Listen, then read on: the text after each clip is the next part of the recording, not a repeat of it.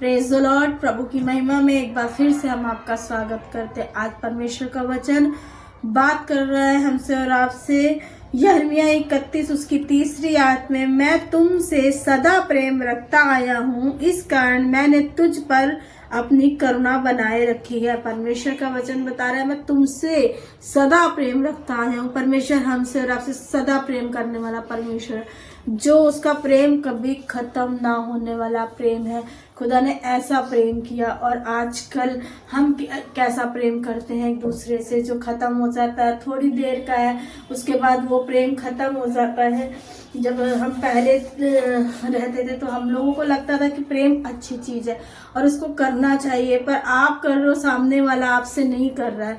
इसीलिए परमेश्वर के वचन में लिखा है कि खुदा सदा का प्रेम करता है। और जिस तरह यशायाह 30 उसकी 19 में लिखा है सिय्योन के लोगों, तुम यरूशलेम में बसे रहो, तुम फिर कभी ना रोगे। वह तुम्हारी दुहाई सुनते ही तुम पर निश्चय ही अनुग्रह करेगा, वह सुनते ही तुम्हारी मानेगा। परमेश्वर के लोगों, परमेश्वर ने हमको और आपको ये भी बोला कि तुम कभी नहीं रोगे अगर हम परमेश्वर के प्रेम में बने रहेंगे, परमेश्वर के घर में बने रहेंगे। सबसे बड़ा प्रेम है कि हम एवरी संडे परमेश्वर के भवन में बने रहें।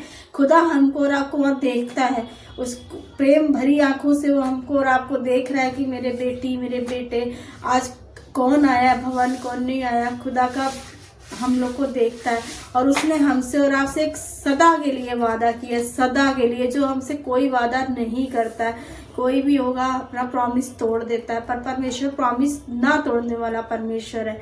उसने सदा से हमें सदैव के लिए हमसे प्रेम किया और निश्चय अनुग्रह करेगा, वह तुम सुनते ही तुम्हारी मानेगा। अगर हम उससे कोई बात कह रहे हैं, खुदा उस प्रेम के द्वारा हमारी और आपकी बात मानेगा, निश्चय ही मानेगा।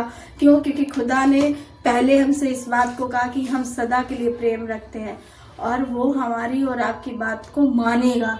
परमेश्वर के लोगों, परमेश्वर से प्रेम करने की ज़रूरत है और उसके भवन में बने रहने की ज़रूरत है।